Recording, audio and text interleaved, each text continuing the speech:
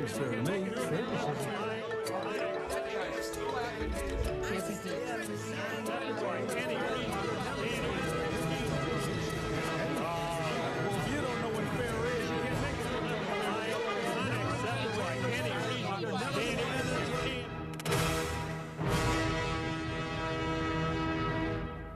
Donnybrook is made possible by the support of the Betsy and Thomas Patterson Foundation and the members of 9PBS.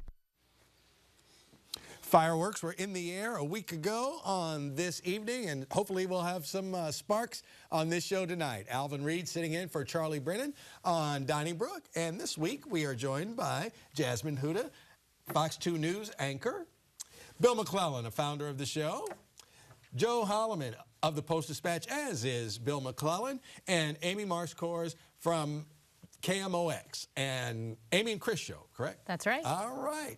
Well, Bill, you had quite the column this past weekend.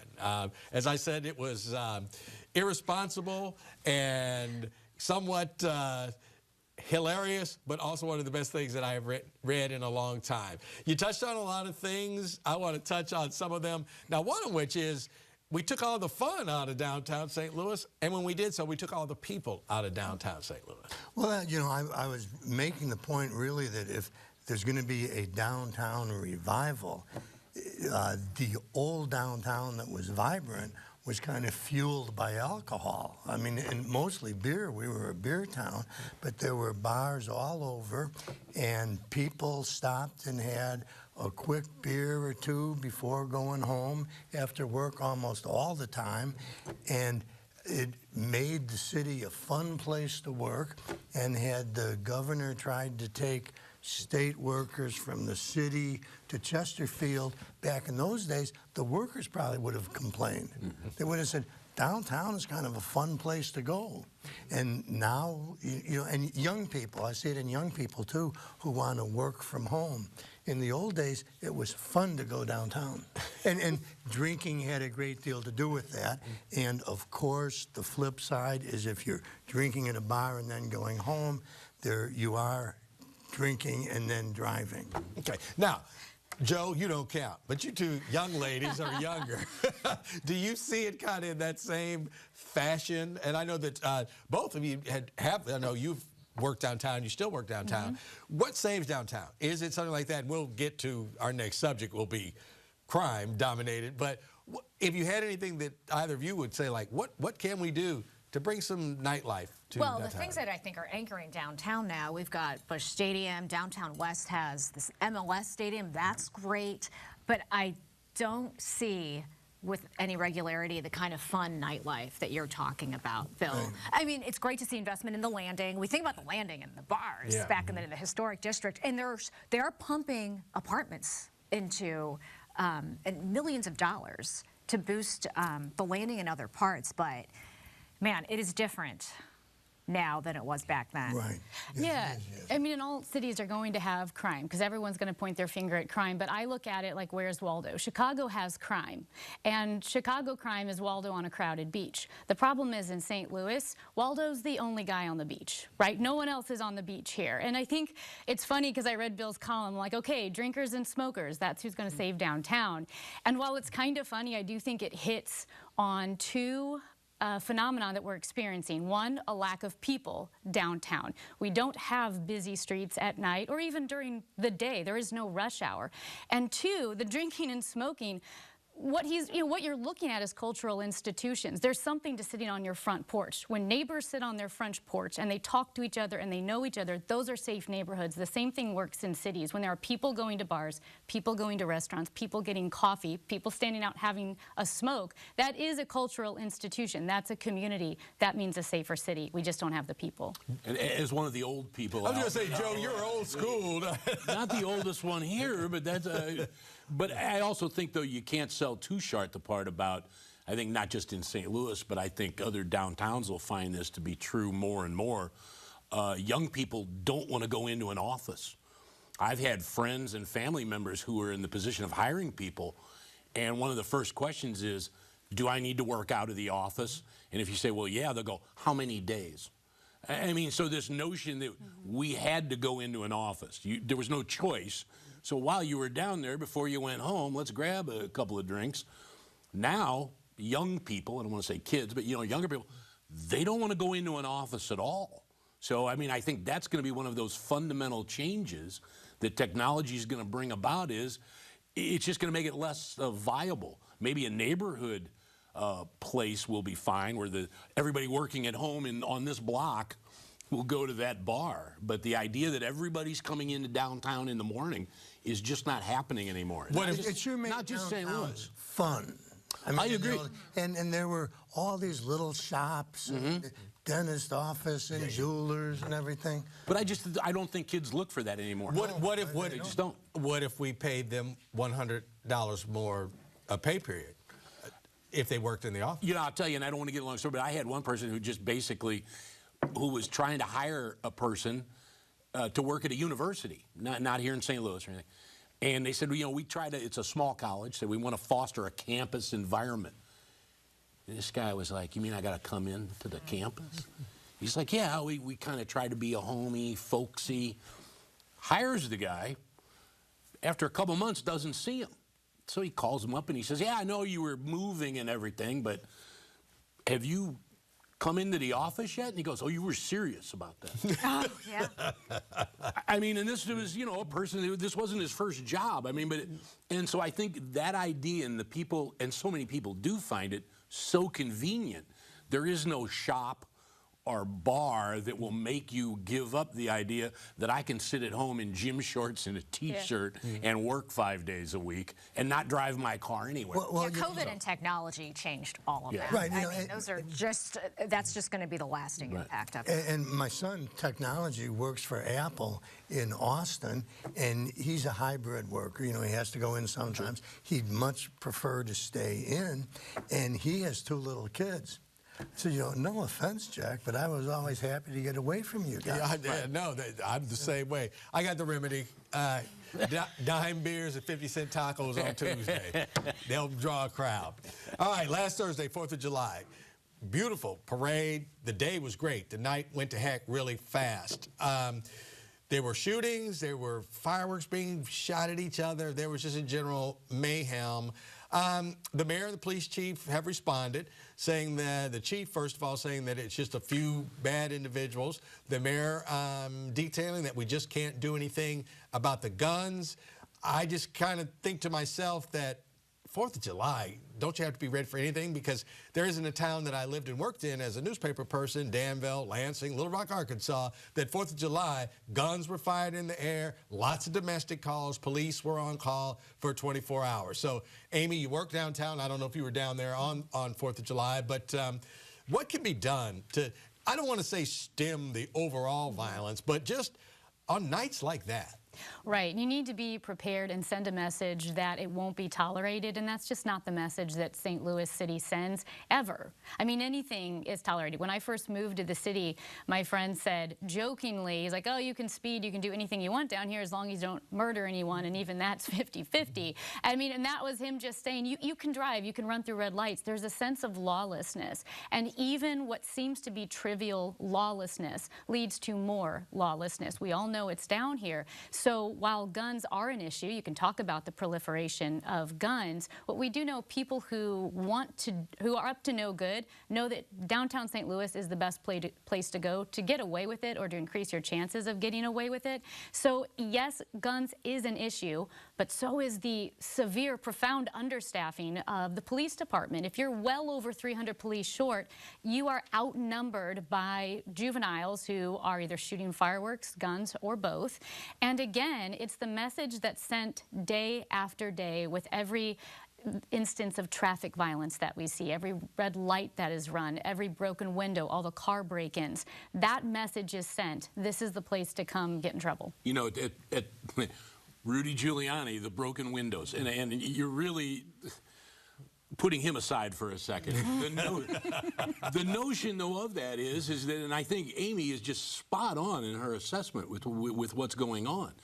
If you start with a defund the police position, alternatives, ways to enforce laws, but then no one gets a ticket for not having a license plate, or it's expired, or running lights. Eventually, there's a cumulative effect. You know, and that's the part where it came in, as we were talking the subject before about, you know, how do you get people to come downtown? After months and months and months of hearing these stories, after a while, it slowly erodes your desire to go to that area where those things are going to happen. And so it's not one thing, it's not one 4th of July, it's just that every time, me and my friends joked that if we didn't leave the city of St. Louis, I would never buy another license tag again. Why should I? Well, what that tells me is nobody's going to enforce that. Well, what else won't they enforce? Well, what else won't they enforce? And we've all been kids, and the ones that have kids, you know that everybody will try to push the envelope. You know, when your parents said you had to be home at 11 o'clock, you wanted to see what 11:15 was going to bring. You know, and you would keep moving it on. And that's what happens on a general societal level. And I think we then pay the price for all those things later. Call it unintended consequences. But when people see that laws don't have to be obeyed, they see how many laws don't have to be obeyed. It's just human nature, sadly. You know, they said the police department, as you started off saying, was calling this isolated incidents. And that's not sitting well with the people who work and live downtown. You see the video clips from the 4th of July weekend, night after night after night. The residents had a meeting this past week. They called it a war zone. They said they don't feel safe. And there are just too many incidents running in a row to say that this is isolated. I think, you know, it's going to take so much. It's not just one thing that's going to turn it around. One thing that I think gives me some hope is knowing that we now have departments that are working together with the police department and the circuit attorney's office. You know, Gabe Gore has been in there for about a year now, and they just started a trial this week that was, I think, thrown out during Kim Gardner's administration because the prosecutor didn't show up for court. But just think, it's a year later, it's like riding a ship. It's going to take some time. The other thing is manpower, as Amy mentioned. They're short 300 officers, so they're like 75% strength in downtown St. Louis. Just think if they were full. And we could have seen more officers downtown the 4th of July. Another positive, I guess, and this is going to take a while, is they are seeing more applicants with the police department, so that does give some hope, I think. But it's just going to take a lot of time. Well, I was talking to a cop who was down there, and he told me that, you know, one thing we need is more visibility of police. And he said you can go to the east side, and the governor has state highway patrol people all over in St. Clair and Madison counties. And another guy said to me, you know, even if we had a curfew, he said, under Lyda Cruisen, we had a curfew downtown for a while. Just something that we could get these kids out of there, because we know that this problem is going to come from these kids walking around with the fireworks in their backpack. You know, I mean, like you say, Joe and Amy, it's a cultural thing, but in lieu of changing the culture, you got to do something. Right. Well, because, I mean, and that's what keeps people from being downtown. And I think that Kara Spencer said in a story that was in the Post-Dispatch, which I thought also was spot on, is that, you know, quit just saying, oh, it's a problem with guns. You know, quit writing it off like that. What is done is that, and Ms. Spencer's contention is that city leaders, now she is running for office, of course, so critical of the mayor, but said, has allowed this sort of image to go along that St. Louis's downtown is not a safe place to be, and quit just saying, oh, it's a gun problem, or there's really nothing we can do about it, or it's just your perception. Well, perception is reality, and figure out something to do, and just quit saying, oh, it's that problem, it's this, it's not that bad. Yeah, it is. It's a juxtaposition when you think about this campaign they launched a couple months ago, where downtown is safe, beautiful, and vibrant. I think that was the title of it. Her words. Yeah. Yes, but I think that was the, and you just compare that with what's been going on in just the last week, 3 nights in a row of people being shot, people shooting fireworks at each other. Another 15-year-old shot from out of town while attending, you know, going to attend a concert. Yeah. Bill, you mentioned the culture. The Reid culture was at 11:55, and I was a few blocks from the house in Kirkwood coming home from a party. I would run in platform shoes. So, yeah. I wish there was video of I that. was making the midnight curfew. All right. The governor says crime had nothing to do with it, but the state is selling the Wainwright building and I guess another building in downtown St. Louis, moving employees to Chesterfield. And Jasmine, while he says crime has nothing to do with it, he kind of didn't say that crime had nothing to do with it. He said it didn't, then he said it did. But now he's saying it's a business decision. While speaking to everyone, well, crime was part of that because he'd been hearing from his employees for a long time. And we asked him last week about this decision. Does this have to do with crime? And he said, I don't think crime was the reason, but look, St. Louis has got to get its act together when it comes to crime. And we got to give people a reason to come to work downtown. I'm paraphrasing what he said. But it's also a change in his tune because it was actually just a few years ago when employees with the Department of Revenue in the Wainwright building asked to be moved to an office in Clayton because they did not feel safe. These were attorneys with Department of Revenue, and the document said that we don't feel safe walking to the Metrolink station. We don't feel safe walking to the parking garage. So this drum's been, they've been beating this for a long time. This is a significant exit. And there's also something to be said about the messaging here because the city, they got no warning about it. And that was, I think you could give somebody a heads up. I mean, that's pretty, yeah, exactly. Seeing that on some issues, the mayor and on others, I've been at events with the Urban League, and we've had some of our black state senators, but I said, there's only a few issues we differ on, and the governor is a good guy and all that, and I always wonder, where's that message at when things like that happen? So, a call would have been nice. But I think what Jasmine said also points into the fact is that city officials can talk all about how safe downtown is. But people working in the building 2 years ago are like, we're a little concerned about crime.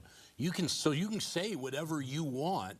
If a person feels unsafe, they feel unsafe. And they normally don't make it up out of whole cloth. There's some reason they don't, and then they look in our paper, or they turn on our television or radio station, and they hear about the mess on 4th of July.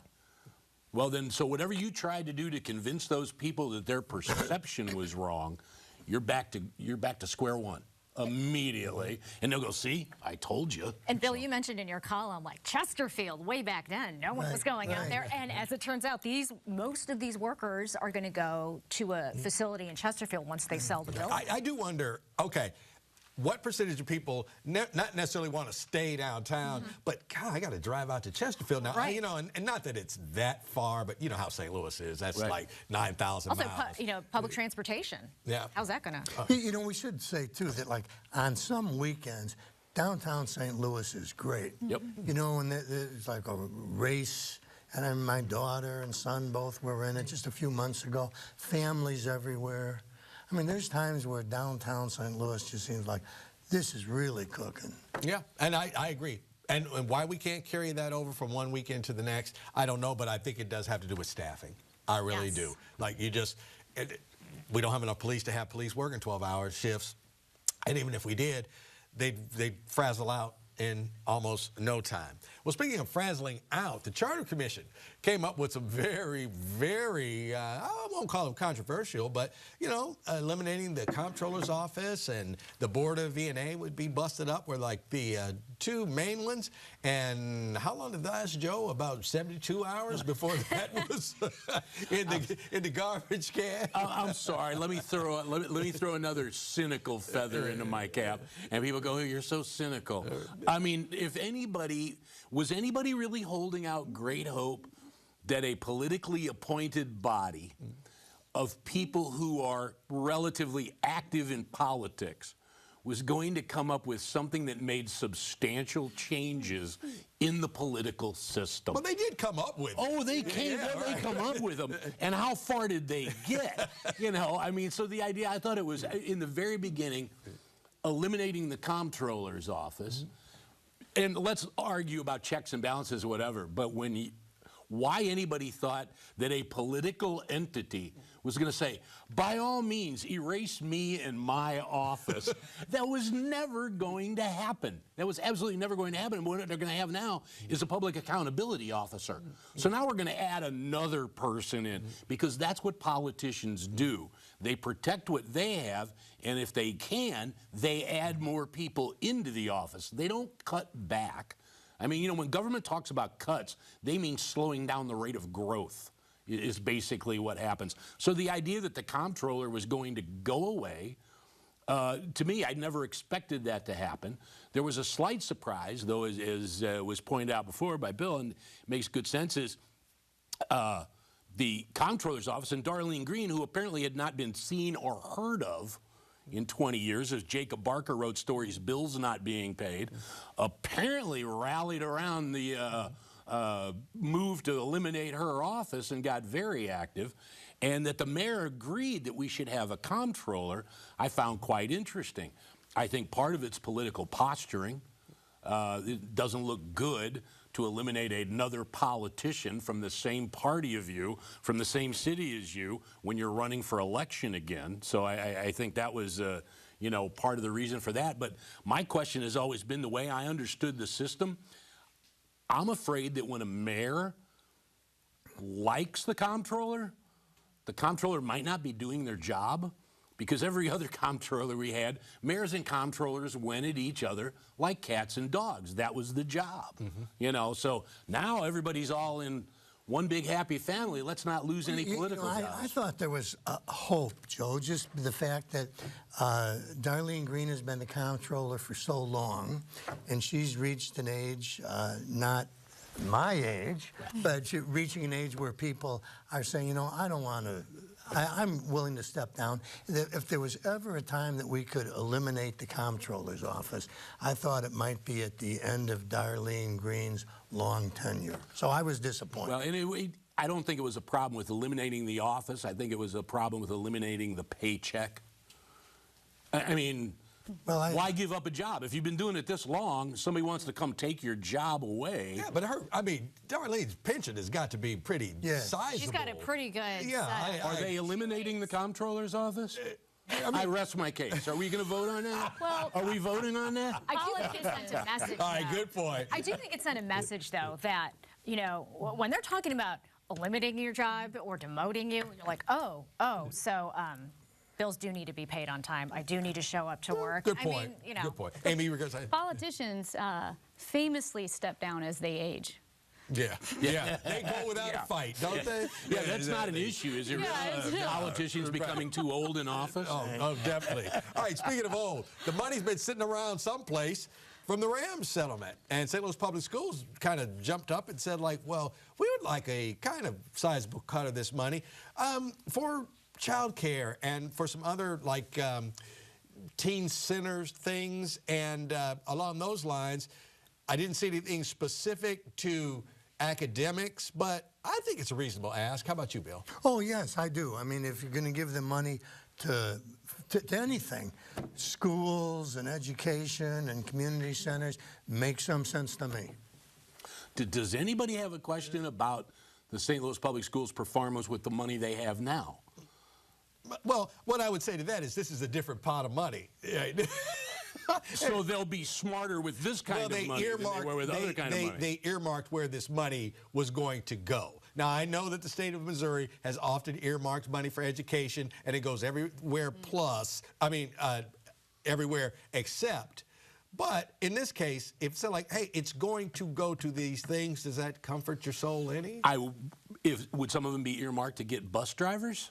Well, I'm not arguing with that. I mean, my point being is if you haven't figured out how to pay your bus drivers, is there a problem with the management of money in the St. Louis Public Schools? Well, of course, there's a problem. It's not a perfect system by any means, but not giving it any more money or starving schools doesn't help, Joe. I don't think starving it.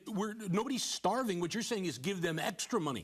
Give them more money. Yeah, they need more money. For instance, bus drivers, they need more more money for bus drivers. And you're certain that the money that they get now through the property tax that city residents pay is being spent in a good and reasonable, efficient manner. Well, you can shut down all government if that's your standard.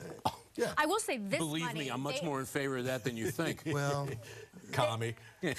They did talk about, remember they surveyed the residents, what would you like to see with this money? And like, I think number 1, 2, and 3 were infrastructure, water mains, and then the third thing was raise city salaries. But the fourth one was access to childcare. And that was what St. Louis Public Schools was asking for, because they want to create these schools that can provide, because now they provide care from ages 3 and up. But these parents have nowhere to send, their babies, ages 0 to 3. And that, in theory, could make a big difference. It would keep families here who would otherwise move out of the city to send their kids to school. And so generationally speaking, in neighborhood, that could improve neighborhoods. Neighborhoods are a product of their schools. Schools are a product of their neighborhood.